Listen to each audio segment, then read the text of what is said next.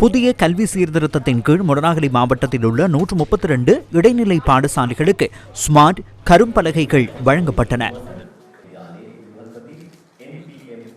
ගුරු විභාගය පිළිබඳ දිනය පිළිබඳව ஆசிரியர் போட்டி பரீட்சைக்கான திகதி தொடர்பிலான கோரிக்கைகளும் எமக்கு தொடர்ந்து வருகின்றன. இதை நான் தெளிவுபடுத்த விரும்புகின்றேன். நாம் அந்த திகதியை நிர்ணயித்துள்ளோம். 2 நீதிமன்ற உத்தரவுகளுக்கு அமைய இந்த 2 பரீட்சைகளையும் நடத்துகின்றோம். பின்னர் அந்த நீதிமன்ற உத்தரவுகளில் திகதிகள் மற்றும் நேரங்களை வர்த்தமானியில் பதிவிட்டுள்ளோம். எனினும் எமக்கு கிடைத்த கோரிக்கைகளின் எண்ணிக்கையுடன் அதனை மீண்டும் ஒரு அமைச்சரவையாக கருத்தில் கொண்டு இந்த திகதியை நீடிப்பதற்கான சாத்தியக்கூறுகள் குறித்து கலந்துரையாடினோம். நீதிமன்றத்திடம் ஆலோசனை பெறுவோம். அந்த ஆலோசனைக்கு அமைய அந்த திகதியை நிர்ணயிக்க முடியும் என எதிர்பார்க்கின்றேன். எனினும் அது 2 நீதிமன்ற உத்தரவுகளுக்கு உட்பட்டது என்பதால் அந்த நீதிமன்ற தீர்ப்பை மாற்ற நீதிமன்றத்திலிருந்தே சில பரிந்துரைகளை பெற வேண்டும். அதனாலேயே நாம் இதனை ஒரு தருணத்தில் திருத்தவில்லை. அந்த நீதிமன்றத்தின் ஆலோசனையை பெற்றவுடன் அதனை திருத்த முடியும்.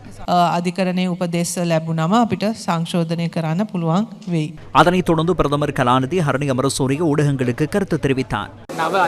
புதிய கல்வி மறுசீரமைப்புக்கு பெரும்பாலான பெற்றோர்களிடம் விருப்பம் இருக்கின்ற நிலையில் தற்போது 6ஆம் தரம் கீழ்நிலைக்கு சென்றுள்ளது. பெரும்பாலான மாணவர்கள் பாதிக்கப்பட்டுள்ளனர். பெற்றோர்களின் எதிர்பார்ப்பு சீர்குலைந்துள்ளது. ஆகவே தரம் 6க்கான புதிய கல்வி மறுசீரமைப்பை நடைமுறைப்படுத்த மாட்டீர்களா?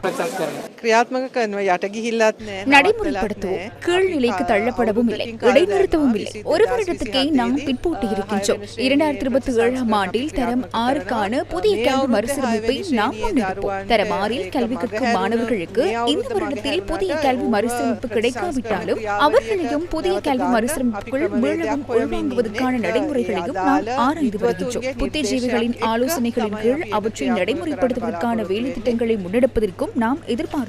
அந்த பரிந்துரைகள் கிடைத்தவுடன் நாம் அறிவிப்போம். නිර්දේශ ලැබුණු වහාම දැනුවත් කරනවා.